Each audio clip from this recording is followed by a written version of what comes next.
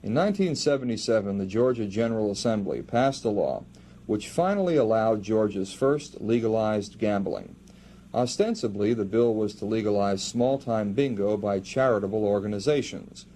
Opponents had warned that the new law would open the door to out-of-state organized crime interests, and that is apparently exactly what happened.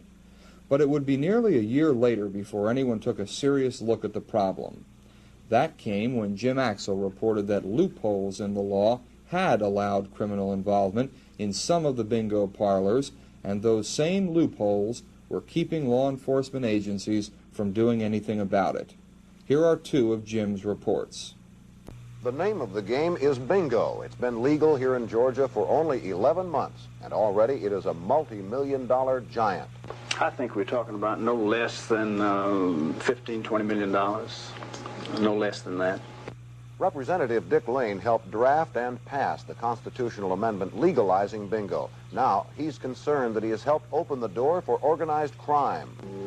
I think very possibly we have opened the gates to illegal crime or organized crime in the state, and it's going to mean that we're going to have to address ourselves to that problem. The bingo amendment contains several features that were supposed to control bingo operations. One relates to the total prize money handed out, the other to the tax-exempt status of those operating bingo games. What the amendment did not contain was language allowing the legislature to license and regulate bingo operations. Despite that lack of authorization, the legislature passed House Bill 410 as a regulatory measure. Sections were quickly ruled unconstitutional. The result is complete confusion over what laws we have to regulate bingo activities, and confusion over who should attempt to enforce any laws or regulations. The result? No enforcement, and bingo entered the big leagues. Bingo Palace, Belvedere Shopping Center, DeKalb County, $3,000 to $6,000 in prize money each night. United Handicap Foundation. 2 locations, Piedmont at Lindbergh and Candler Road in Decatur. Large crowds, thousands in prize money each night. Plantation Bingo, another rental operation. 9 groups involved, offering large money prizes. AmVets, some specially chartered posts, and a full-time developer of bingo centers. And the list goes on. It's a big money business. So far, as of December the 3rd, the groups have received $266,815. How much prize money are you giving out? Well, I think as of the 2nd of December, we'd give away $1,067,330. Well, obviously you're not playing bingo just because you love to see bingo be played. What do you get out of it? No, sir. My rent total for the year is $138,358. Now, certainly, there are many well-deserving charitable groups deriving financial benefits from these bingo operations. Nonetheless, bingo has grown into something it was not intended to be, and there are growing fears that organized crime has already gained a foothold in what was supposed to be a humanitarian venture. I can just see some of these people playing bingo for small stakes, and they laugh when I said that organized crime, or I was against the gambling aspect of it, that it would get out of hand, and that's exactly what's happened. And I think that any time that you have organized crime moving into an activity like this, even though you have legitimate type operations under the statute, we're going to have to do something to keep these hoodlums from getting involved in it. In our next report, a closer look at why the governor and others are genuinely concerned about organized crime's involvement in the simple game known as bingo. For TV5 Special Unit, I'm Jim Axel. Tonight's Special Unit report on Atlanta's multi-million-dollar bingo industry focuses on criminal involvement. Here's Jim Axel. Organized criminal activities can center around one man with known criminal contacts, or it can be more than one working within an organization, or as suppliers, organizers, or secret financial backers. Our special unit knows of several men who have been under surveillance by a variety of law enforcement agencies because of their activities in bingo. Many came here from other states, but not all. This is Charles Bogus, who helped to set up the Candler Road location of the United Handicap Foundation and the UHF Center at Piedmont and Lindbergh earlier this year. Bogus was arrested on gambling charges at the Candler Road office, charges that never went to court.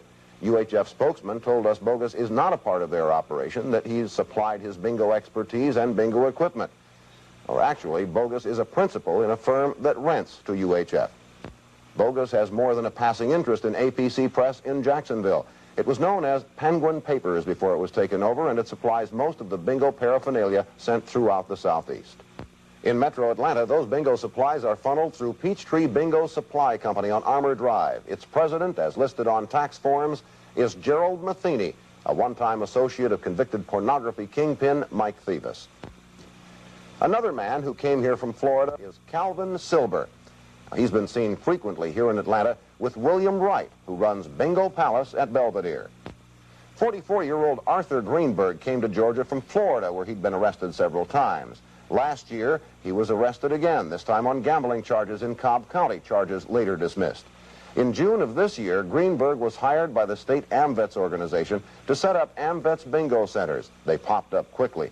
But Greenberg and AMVETS ran into opposition in Smyrna, where city officials launched an attack through the courts and successfully closed down the Smyrna operation. Further court action is pending.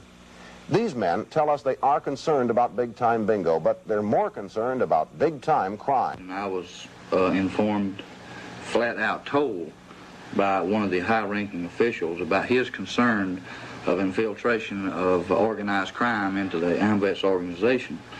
And with that information, along with some other that we have discussed, that brought the interest of the mayor and council even closer to the situation of finding out who was opening up the AMVETS Center in Smyrna.